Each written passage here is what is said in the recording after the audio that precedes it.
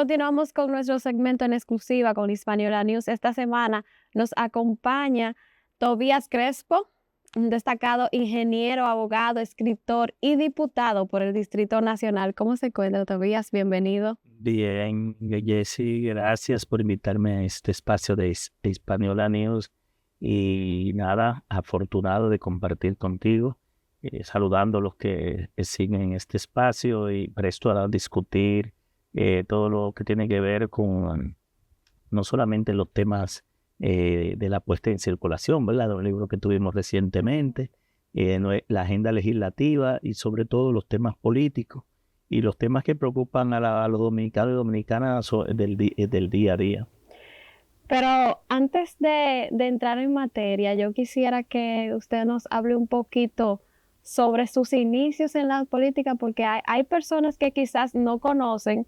Usted es una persona polifacética, tiene bastante cosas interesantes. Ingeniero, hay pocas personas que saben que usted es ingeniero, aparte de abogado y escritor también, Y administrador de empresas y y mercadólogo, porque mercadólogo. eh, tengo desde el 2001 que salí de la principal empresa de telecomunicaciones del país, en mi empresa, y también hacemos otro emprendimiento, pero también fui gerente de mercadeo de esa empresa, y uno como político tiene que mercadearse también. Impartí marketing político en una de las principales universidades de la República Dominicana, en Pucamaima, que tengo 2 maestrías y un diplomado de ahí. Preparé el programa de clases, aunque en las demás universidades y en las empresas de telecomunicaciones, ya con mi empresa, impartía la docencia en el área de tecnología, sobre todo tecnología de telecomunicaciones y de nuevas tecnologías. ¿Por qué, por qué decidió ser diputado? Porque con ese tremendo currículum que usted tiene y con toda la experiencia que tiene en el sector de administración de empresas y mercadeo y todo eso, ¿por qué entrar a la política?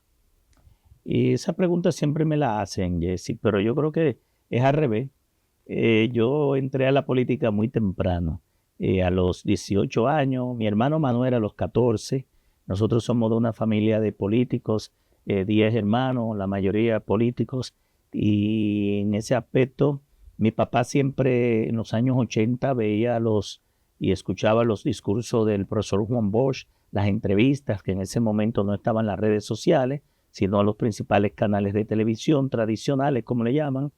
Y en ese aspecto, pues, me inspiró mucho la forma en que don Juan abordaba los temas económicos, los temas sociales, los temas políticos, y nos fuimos envolviendo y precisamente cayéndole atrás a mi hermano Manuel, que entró a los 14 años, se metió a los grupos estudiantiles de los liceos, luego a la vanguardia estudiantil y a la Federación de Estudiantes, presidió la vanguardia estudiantil y la Federación de Estudiantes. Nosotros, cayéndole atrás en los hermanos, pues también nos involucramos en la política, nos metimos en la juventud durante mucho tiempo, hasta que ya uno logra la mayoría de edad y empieza a ser académico. Y luego duré mucho tiempo en la Secretaría de Asuntos Gremiales y Profesionales, trabajando con los profesionales del partido y sobre todo con las elecciones de todos los gremios de profesionales en la República Dominicana. Una bonita experiencia, el área gremial, profesional, hasta el año 2020. Es decir, que del 2020 para acá, aparte de la diputación y la política, ya hacia lo interno del partido, me he dedicado a la parte electoral, derecho electoral, administración electoral y justicia electoral. O sea que estamos hablando de una trayectoria bien amplia en cuanto a la política. ¿De cuántos años estaríamos hablando? No me calcule la edad, pero casi 40, porque ya yo en la universidad, recuerdo en APEC, cuando estaba estudiando ingeniería, compraba boletas, uno de los profesores que era del partido, y que vendía boletas de las rifas que hacía.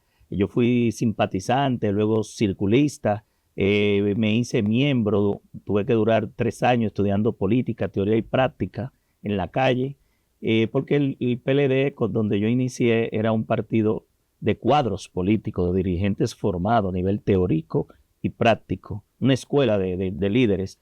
Y en ese aspecto, pues también me hice presidente de dirigente medio, secretario de acta y correspondencia, luego de organización, presidente de intermedio por mucho tiempo, vicesecretario nacional de la Secretaría de Asuntos Gremiales y Profesionales, y finalmente terminé siendo miembro de la dirección central nada más me faltó ser miembro del comité político, porque de aquí pasé a la Fuerza del Pueblo a partir del año 2020.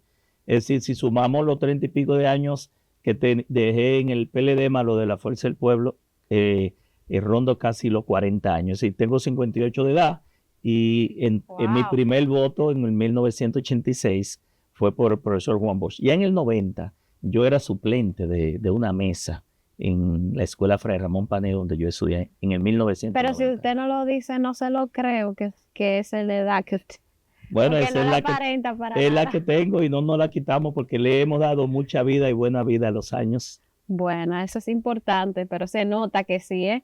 Entonces, Tobías, con una carrera tan de tanto éxito como es en el Congreso, la Diputación y demás, ¿por qué ahora cambiar? ¿Por qué ahora disputar la alcaldía del Distrito Nacional luego de todo ese éxito que usted ha tenido? Mira, Jesse, yo entro a ser servidor público en el 2004.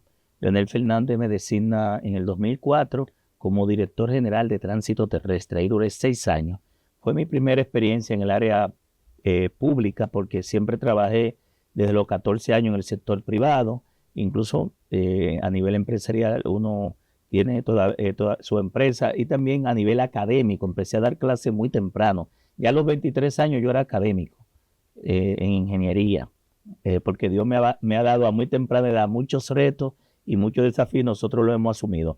Entonces en el 2010, 6 años después de ser director de tránsito, de haber dejado allá 27 proyectos de modernización, dejamos gobierno electrónico, dejamos todo conectado en línea, eso es un antes y un después. E incluso fuimos nominados en el 2010 al premio a la calidad y la excelencia que se entrega en el Palacio Presidencial, el presidente de la República, en ese caso Leonel Fernández. Y también en ese mismo año, pues ganamos la campaña interna en el 9 y luego ganamos la campaña, el más votado, y luego hacia afuera también. Hemos sido hacia lo interno del partido siempre cuando nos presentamos el más votado. Y hacia afuera, pues también me han valorado en 4 ocasiones. Ya yo he participado de manera continua, invito sin perder en 6 procesos, 2 internos y 4 externos. Ahora, cerramos ese ciclo de 6 años en el 2010. En la Cámara nosotros ya tenemos 4 cuatrienios, es decir, empezamos en el 10 un sextenio porque fueron 6 años para unificar las elecciones y luego 3 reelecciones de 4. Al final nosotros estaríamos cerrando 18 años de trabajo legislativo como congresista.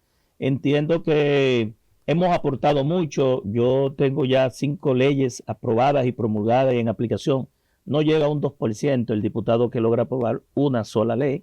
Ya nosotros llevamos 5, pero también tengo en carpeta, en comisiones, 6 leyes muy importantes que tienen que ver con la tecnología. La Ley General de las TICs, que se desprendió de mi trabajo para hacerme licenciado en Derecho, porque mi carrera base es la ingeniería.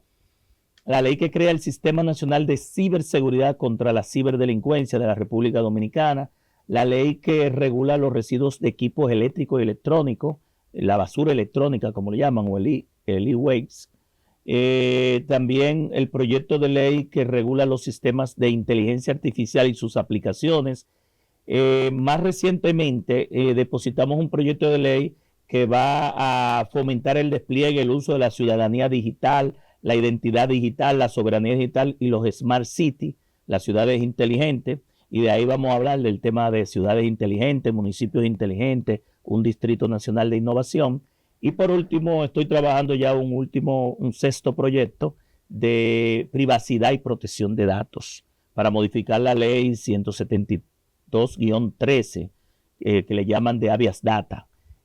Son 6 leyes que tienen que ver todo con el campo de las tecnologías, de las TIC, de la ciberseguridad, de la inteligencia artificial, de la ciudadanía, de las ciudades inteligentes y sobre todo de la privacidad y protección de datos. Ahora, Jesse, hemos trabajado en más de 170 leyes que desde el año 2010 hasta la fecha hubo que adecuar de la Constitución del 2010. Algunas reservas de ley, otras había que modificar y otras había hasta que derogarla y crear una nueva porque violaban la Constitución en ese momento.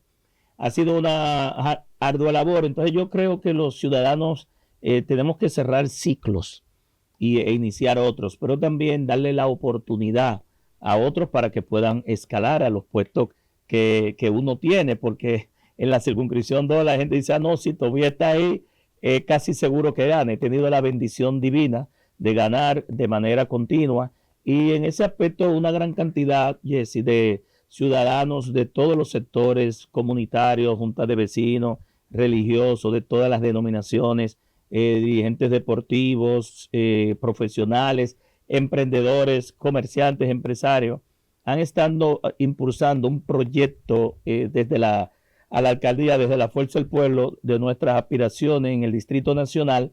Y en ese aspecto, desde el año pasado, desde octubre, yo he estado recorriendo los alrededor de más de 80 sectores y subsectores que comprenden la circunscripción 1, la 3 y mi circunscripción, que es la 2, en el cual casi tengo 40 años en política y 52 años viviendo en ese territorio, y la conocemos igual que conocemos la capital, porque también desde el 2020 para la fecha he sido el director electoral del Distrito Nacional de la Fuerza del Pueblo.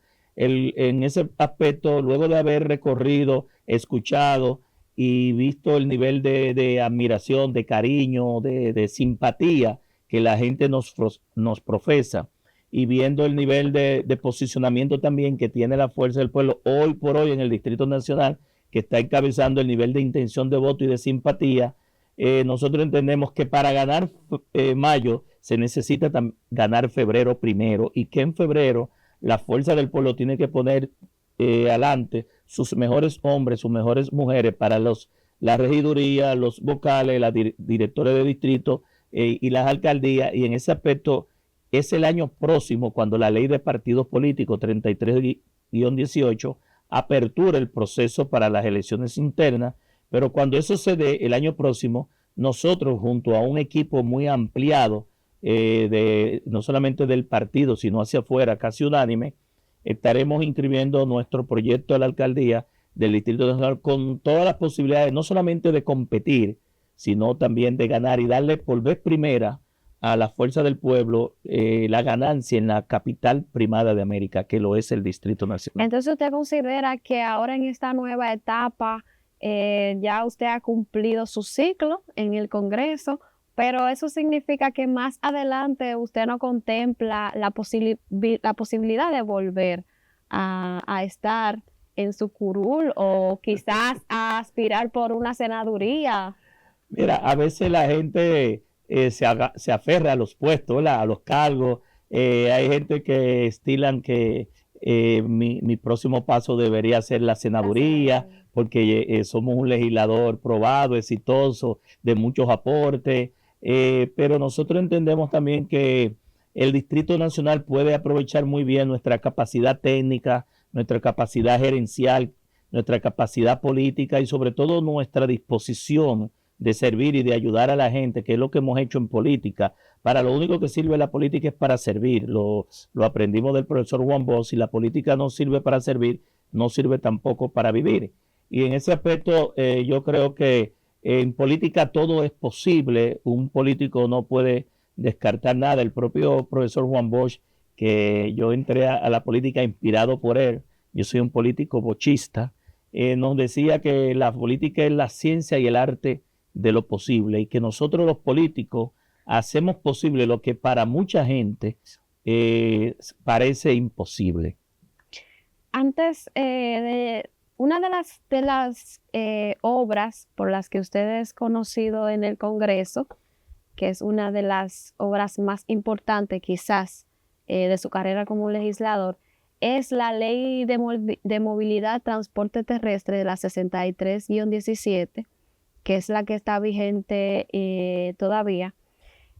Háblanos un poquito de cómo nace esta ley, qué fue lo que lo motivó a crear esta ley, que ha ayudado muchísimo para comprender todo el ecosistema del tema de la movilidad, el transporte, la DGC, los cambios que hubo. Bueno, pues muy importante pregunta y muy bien entendida el ecosistema de la movilidad sostenible de personas y carga, el transporte terrestre como actividad económica, el tránsito como un un desprendimiento de la movilidad y la seguridad vial, que tú sabes que hemos estado encabezando los primeros lugares de más siniestralidades y muertes y heridos por accidentes de tránsito, no solamente en América, sino en el mundo.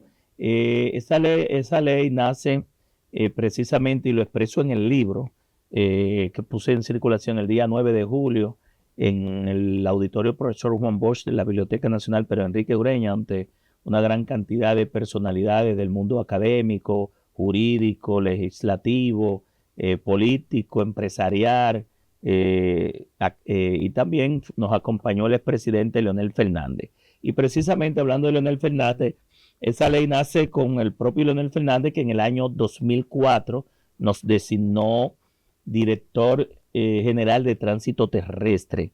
En ese momento, que fue mi primera experiencia pública, venía en el programa de gobierno del PLD, el segundo mandato de Leonel, un proyecto de código de transporte que creaba un ministerio de transporte, y que ese fue el documento que nosotros tomamos para hacer los primeros esfuerzos de consulta en el 2005, un año, algunos meses después de ser designado. De ahí, Jessica, se desprendió un primer borrador que era el que remitimos para ser sometido, pero ahí vino la campaña del 2008, el expresidente Leonel Fernández se reelige. Luego de la reelección del expresidente Fernández, volvimos a convocar, pero ya con un consenso más amplio. Integramos a los transportistas, las empresas de seguro, se dirigió desde el CONARE y el Consejo y la Comisión de Justicia, es decir, el comisionado de la justicia, y abrimos la ventana de las consultas, de los intereses, como se llaman. Y ahí entonces produjimos un segundo borrador, que fue el que finalmente yo sometí en el 17 de agosto del 2010 o 2011, porque yo le prometí al país que en caso de ser electo diputado iba a llevar a cabo la conclusión de la modificación de la ley 241, que ya estaba obsoleta, tenía 50 años, y el país demandaba una normativa integral, holística, moderna, que por los próximos 30 o 40 años pudiera planificar, organizar, controlar y sancionar las actividades del sector. Y de ahí nace precisamente la ley 6317. En el libro uno describe el diagnóstico que yo recibí en el 2004, luego la historia del proceso de consulta que te expliqué, el proceso legislativo que se dio en las cámaras, en ambas cámaras, en el Senado y en la Cámara de Diputados, primero en la Cámara con 15 legisladores que entendimos que este era un tema muy serio, un tema país, que había que abordarlo con responsabilidad, y lo que ahí se expresó lo que la gente le llaman en derecho el espíritu del legislador. Posteriormente paso a describir lo que es el proceso de aporte de la nueva ley con la creación del Intran, la DGC, las atribuciones de los ayuntamientos, la Procuraduría y los demás entes u órganos, y sigo con un análisis jurídico a nivel de derecho administrativo sobre los aportes de la ley, sentencias que han creado criterios jurisprudenciales de esta ley 637, que solamente son 2, aunque se han reiterado 4, que tienen que ver precisamente con la prohibición de que la DGC no retenga los vehículos por las causales que no diga la ley, que solamente son 5 por las cuales la DGC puede retener por 72 horas. Y otro tiene que ver con la edad de los choferes. Luego entramos a 9 años de aplicación de la ley. ¿Qué ha faltado? Es decir, lo que falta por hacer. Esa ley no llega ni siquiera a un 20% de aplicación. Por eso nosotros hemos estado un poco frustrados con el avance en su aplicación. Quiero preguntar, República Dominicana sigue entre los países con más muertes por accidentes de tránsito.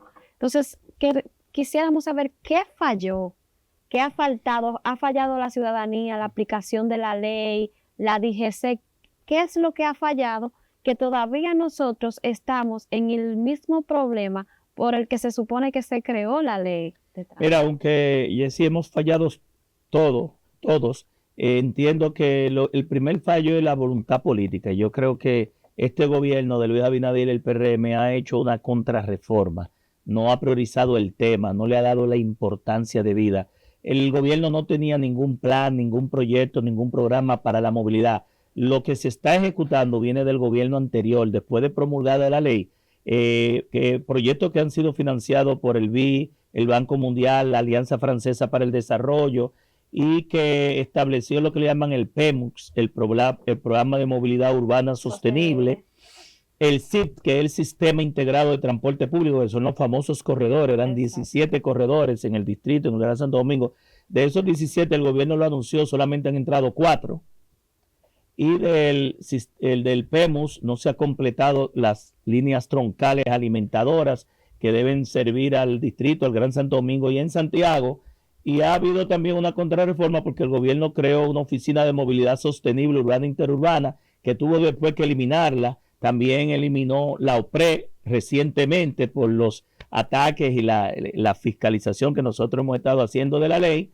Y en definitiva, yo creo que ha faltado recursos también, aparte de voluntad política. Pero ha faltado recursos cuando se han aprobado tantos préstamos y de hecho, inclusive, esta semana, con el fin de la legislatura, se aprobó un préstamo para el Intran de 200 millones de pesos, justamente.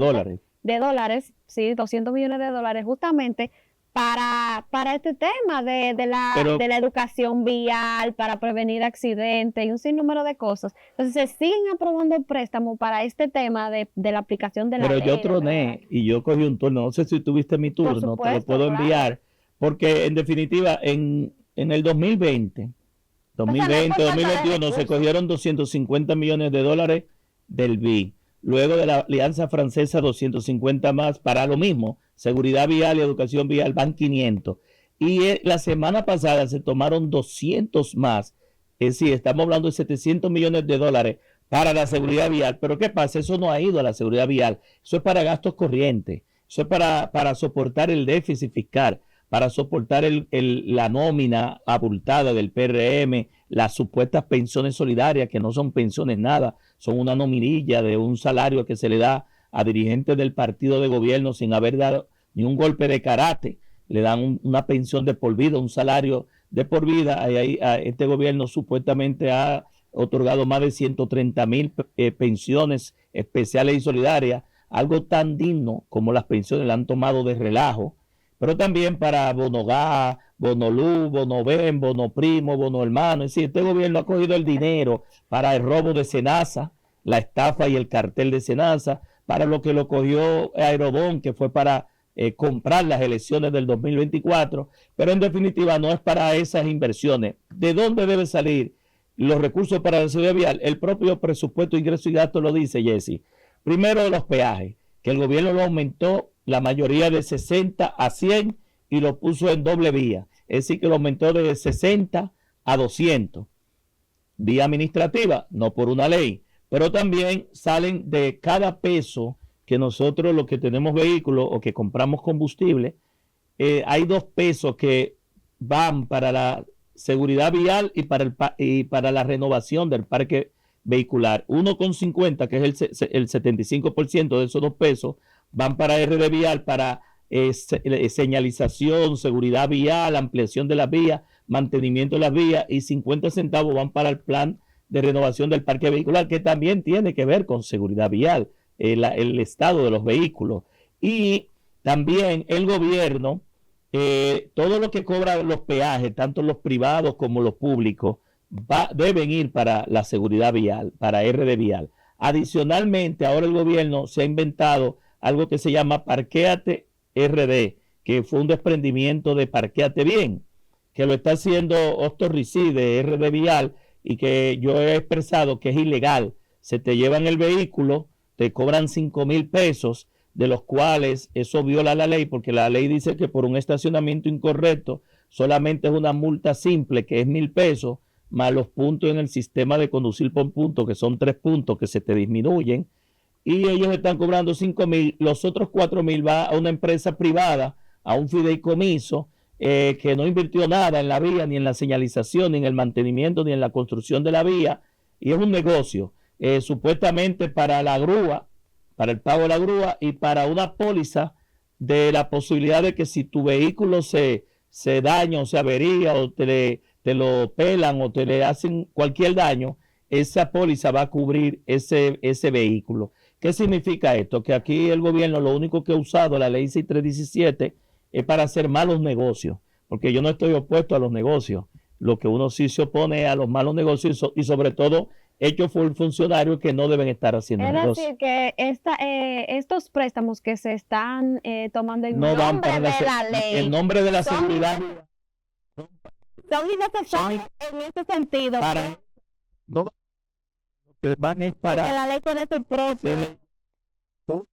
el apoyo presupuestario es soportar el déficit fiscal, que aunque el gobierno dice que es un 3% del PIB, termina siendo un 4% del PIB. Pero uno de los problemas principales que estamos teniendo hoy Que en es día, parte, disculpa, de la función nuestra de fiscalización, decirle al país que ese dinero, esos 700 millones de dólares que el gobierno ha cogido a esos organismos multilaterales, no van para la seguridad vial, porque uno no está opuesto a los préstamos por oponerse. Los préstamos, si van a dejar una obra, un hospital, una escuela, una carretera, un puente, un corredor vial, o van a mitigar un problema histórico que pueda reducirlo, nosotros estaríamos dispuestos pero cuando van a gasto corriente, donde este gobierno ha sido el campeón en manejar préstamos, en manejar gastos, pero en baja inversión de capital.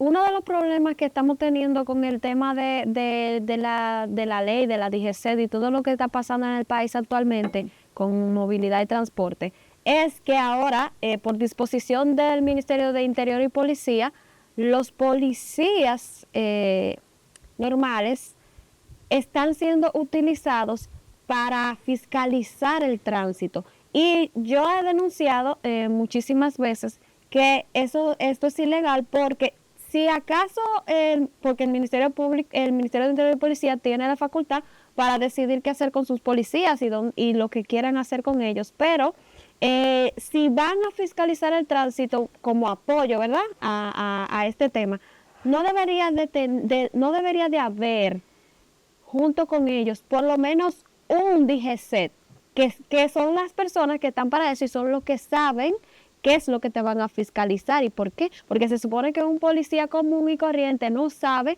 qué es lo que te va a fiscalizar ni por qué. Bueno, aquí, el Ministerio de Interior, que es el rector de la seguridad ciudadana o de la seguridad pública, como también se le llama, y que es superior inmediato de la Policía Nacional, la DGC está dentro de la estructura de la Policía Nacional, la pusimos en la ley orgánica del 2016 y en la ley 6317 como parte de la policía preventiva. La policía actualmente tiene dos áreas principales, la policía preventiva y la policía criminal o represiva. Dentro de la policía preventiva está la DGC, una de ellas.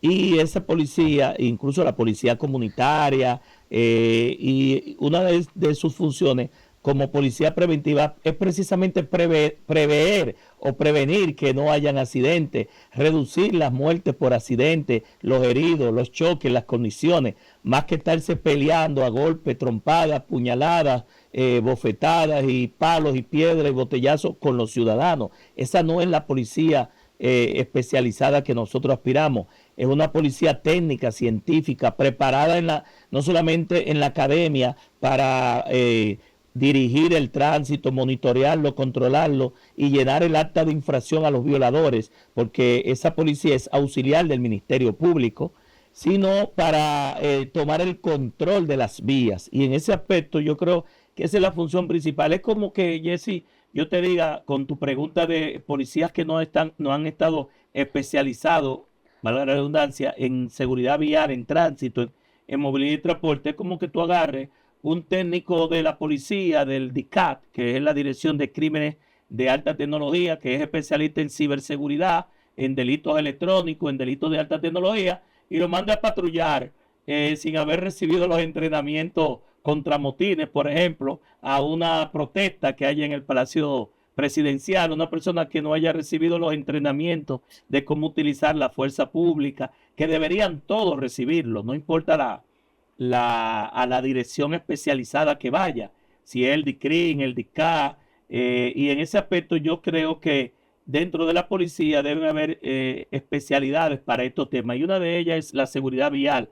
La seguridad vial es parte de la seguridad ciudadana y en ese sentido yo creo que son los agentes de la DGC por mandato de la propia ley orgánica de la policía y por la propia ley 637 que están investidos por la ley para dirigir, controlar, fiscalizar el tránsito. Ahora, que los policías que no son DGC puedan hacerlo, son policías, no te puedo decir que no lo vayan a hacer. Ahora, lo harán correctamente, están preparados, saben el protocolo de abordaje, saben cómo detenerlo. Pero ¿por qué los utilizan? ¿Por qué utilizar un policía preventivo como para darle funciones de una DGCET? Es que no hay suficiente DGCET, porque si no hay suficiente DGCET, entonces lo ideal sería ampliar, ¿verdad? Las filas de la DGCET para que haya más personas preparadas en ese sentido y no quizá utilizar personal de policía preventivo que no es tan capacitado. Mira, según las últimas informaciones que yo tenía, hay alrededor de 2.700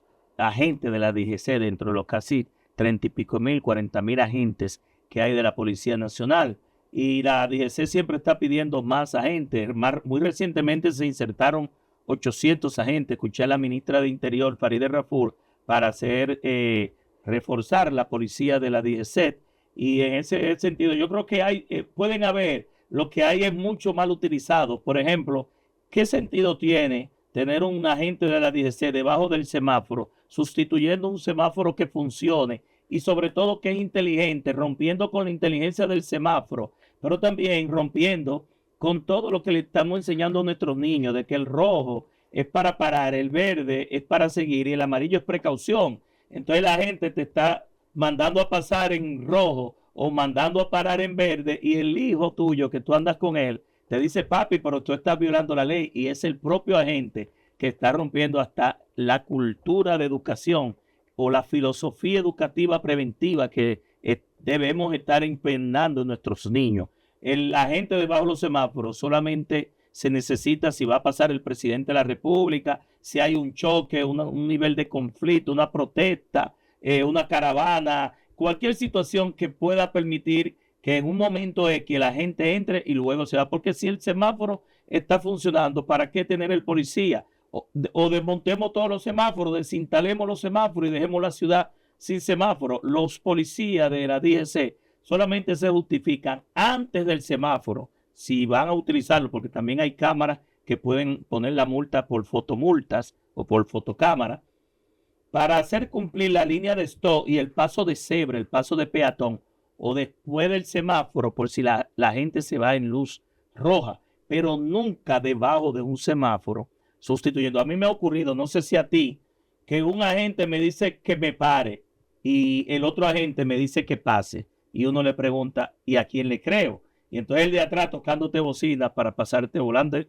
por ahí. Eso se produce generalmente en intersecciones muy amplias, como son la Churchill con 27 de febrero o Churchill con Tiradentes, con Lincoln, que hay 10 carriles en la 27 y 8 carriles en la Churchill o en la Lincoln.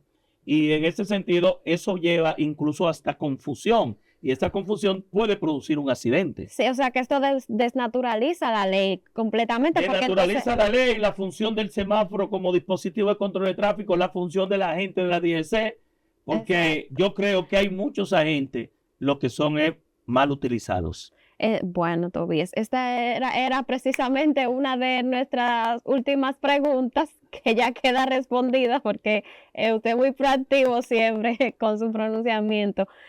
Bueno, ese es uno de los temas más importantes de la ley, porque realmente si tenemos la DGCET y se quejan de que son insuficientes y utilizan a los policías, entonces lo tienen debajo de un semáforo que está funcionando perfectamente, y que, dicho sea de paso, la gente siempre denuncia que cuando hay una ambulancia o cuando hay una emergencia, ellos no están o no funcionan o no hacen su rol. Ahí sí debería entonces tener un DGC para que mucha gente dice que cuando se va la luz no están y se van. Exactamente. Que cuando se necesita no están ahí. Pero yo te voy a decir lo siguiente.